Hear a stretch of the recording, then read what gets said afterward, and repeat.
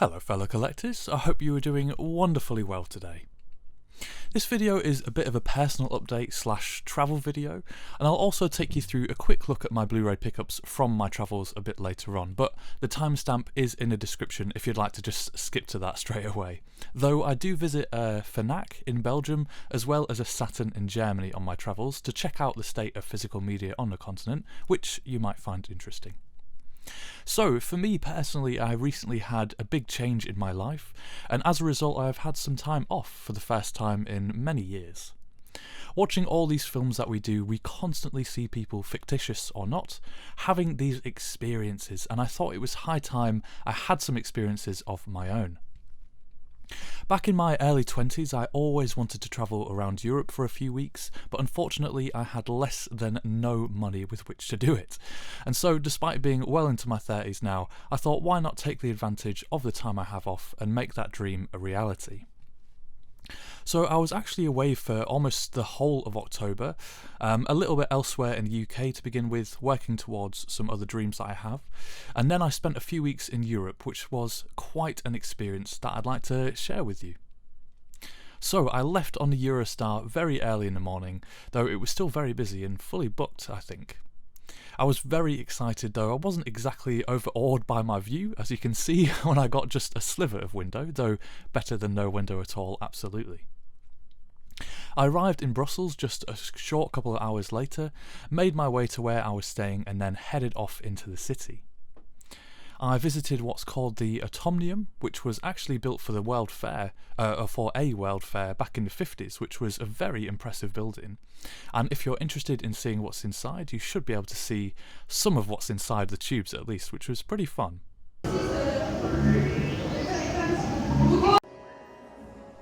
I did also manage to capture the moment when some people were climbing on it. I'm not sure exactly what they were doing, whether they were cleaning it or what, but it was in the rain, so it must have been incredibly dangerous, so slippery, but very impressive. The next day I headed off somewhere that I've been wanting to travel to for years, which is the Hergé Museum. I spent so many hours here, slowly making my way through everything, and it was absolutely incredible. I am a huge Tintin fan and have been since I was a kid, and getting the chance to visit this place, which is just outside of Brussels, was really quite a dream.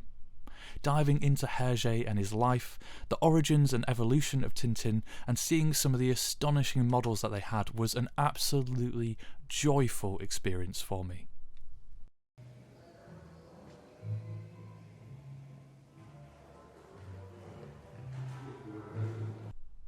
If anyone is a fan of Tintin and finds themselves near Brussels, I cannot recommend this place enough. It is magical.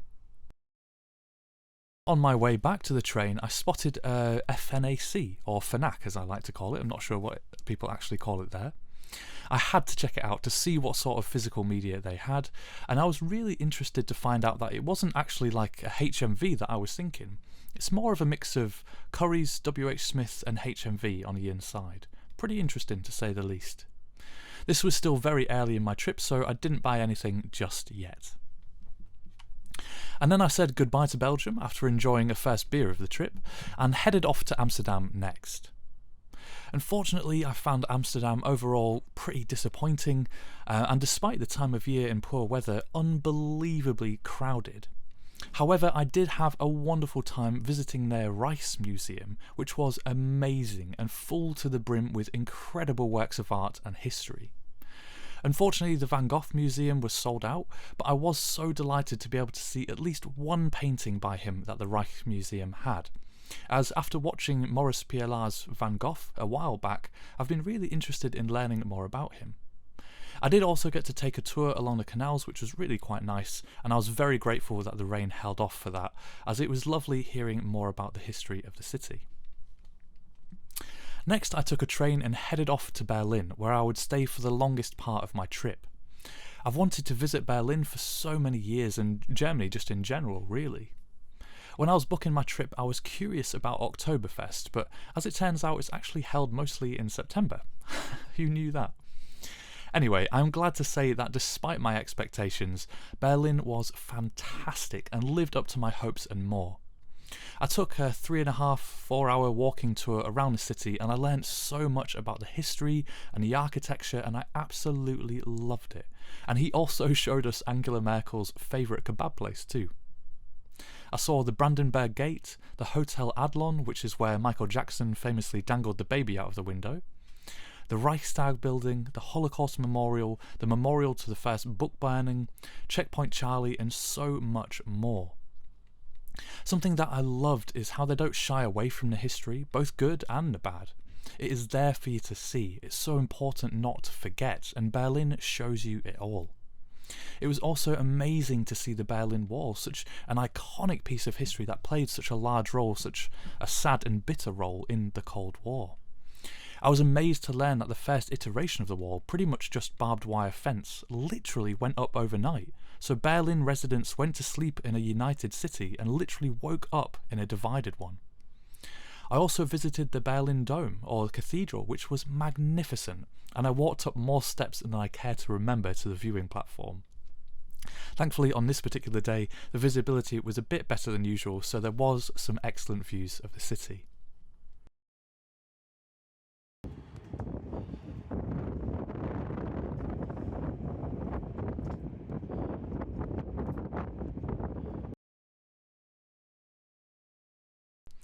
While I was staying there, I also got the very exciting opportunity to visit the Berlin Film Museum, or Deutsche Cinemathek, which was an amazing experience, and another museum where I spent so many hours. So many of the greatest early filmmakers were of course German, from F.W. Murnau to Fritz Lang, actors like Marlene Dietrich to Peter Lorre. Germany's film history is so incredibly rich. It was amazing to see original posters, manuscripts, costumes, passports, props, and so much more.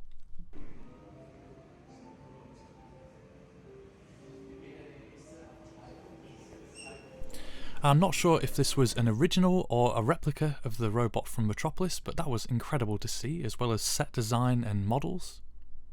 And also me saying hello. And then an original poster of Taboo from F.W. Murnau, which I spoke about a few months ago in my Best of the Month series. They had a great section on Marlene Dietrich in particular, with props and costumes from her movies, and it was amazing to see the actual wings from Wim Wenders' Wings of Desire, which I watched just shortly before going away. I also thoroughly enjoyed my time in their gift shop, which was packed with a great Blu-ray section, and it was here that I first made some purchases, as I simply could not resist.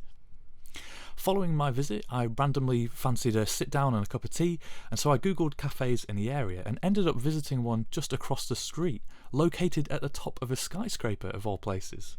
It has Europe's fastest elevator, and there is a viewing platform along with an exhibition up there, which was pretty wonderful and not planned at all.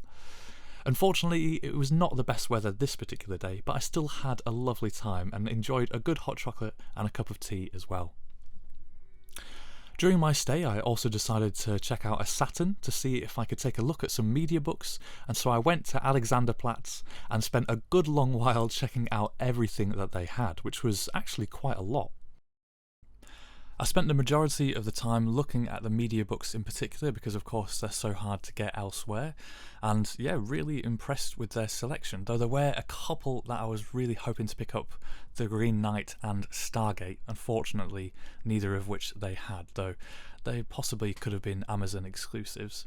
But still, I was absolutely delighted with the range that they had. Unfortunately, in Amsterdam I had caught a cold, and so in Berlin I was far from 100% well, and yet it didn't dampen my spirits in such a fun, vibrant and lively city. I had been hoping to experience a John Wick-like insane techno club, but due to not feeling too well I skipped it this time. Though I did walk past one that had a line outside with some incredibly interesting characters, to say the least, so if I do ever go back, which I really hope I do, I know where to go first. So I then said Auf Wiedersehen to Berlin and had one of the worst train journeys of my entire life, but finally made it down to Salzburg in Austria. The natural beauty of Salzburg is simply spectacular. It hardly looked real, just like living inside a postcard. I spent my first day there visiting a castle fort at the top of this monstrous hill, which overlooks the entire city and the valley.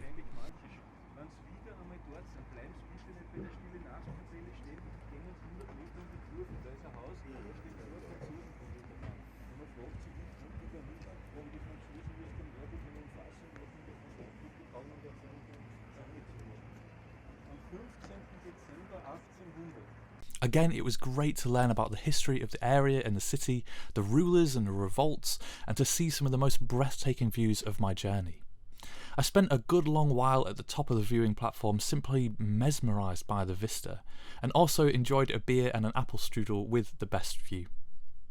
Unfortunately, during my time, I didn't go on the Sound of Music tour as I was hoping to because it was frankly outrageously expensive, but I did take myself for free to one particular garden of a palace where they filmed the Do Re Mi song, so I was glad to see some of where they filmed at least.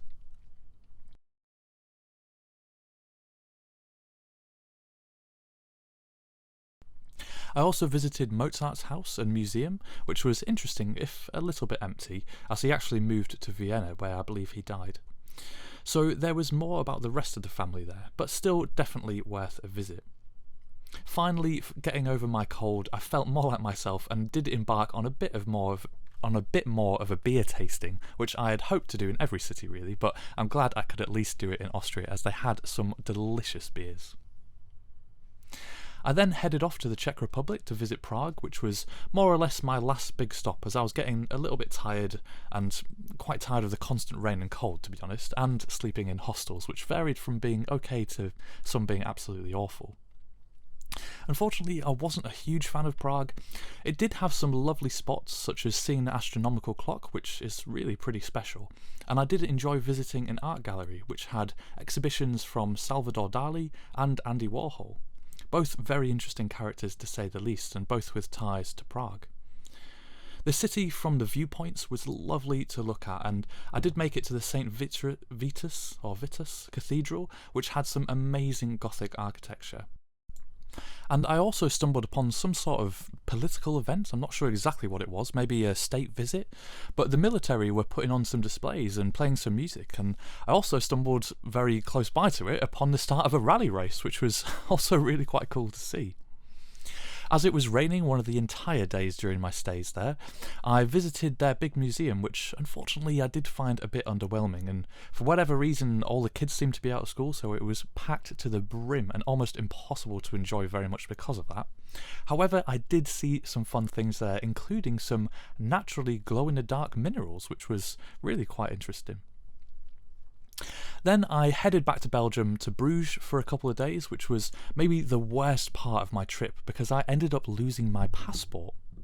I booked Bruges because it was cheaper than Brussels, and it meant I could enjoy a day or so there and stay one night in Brussels before my train, which would also allow me to go back to the Tintin Museum to buy some things, as I now wouldn't have to carry them for long before I went home.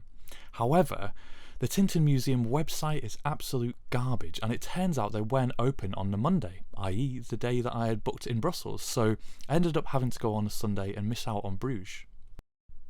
Anyway, to cut a very long and stressful story short, after discovering I had lost my passport when I was already well into a train journey, I got back several hours later, destroyed my bed and locker looking for it, had no luck there, no luck with the hostel staff who I was hoping someone might have handed it into.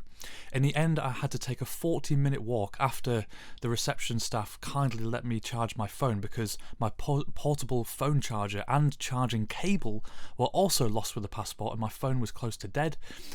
However, I finally made it in the end to the only open police station, feeling pretty disheartened because what are the minuscule chances it would be there, and yet I was beyond relieved and overjoyed because when I made it there, bless them, they had it and even said how lucky I was.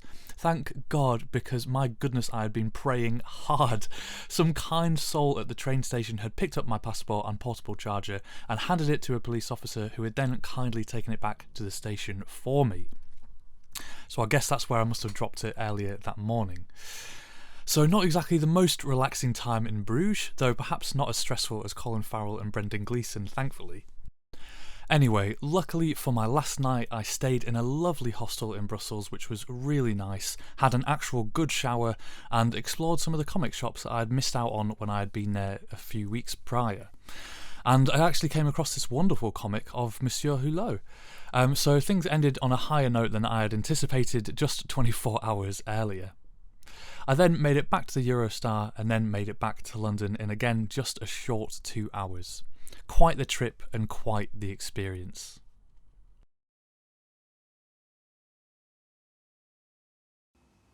First up, we'll go for some media books that I picked up. I always like the look of media books, but for some reason they seem to be a German exclusive, which are harder to get in other countries. So I made the most of my time in Germany and picked up 3 of them.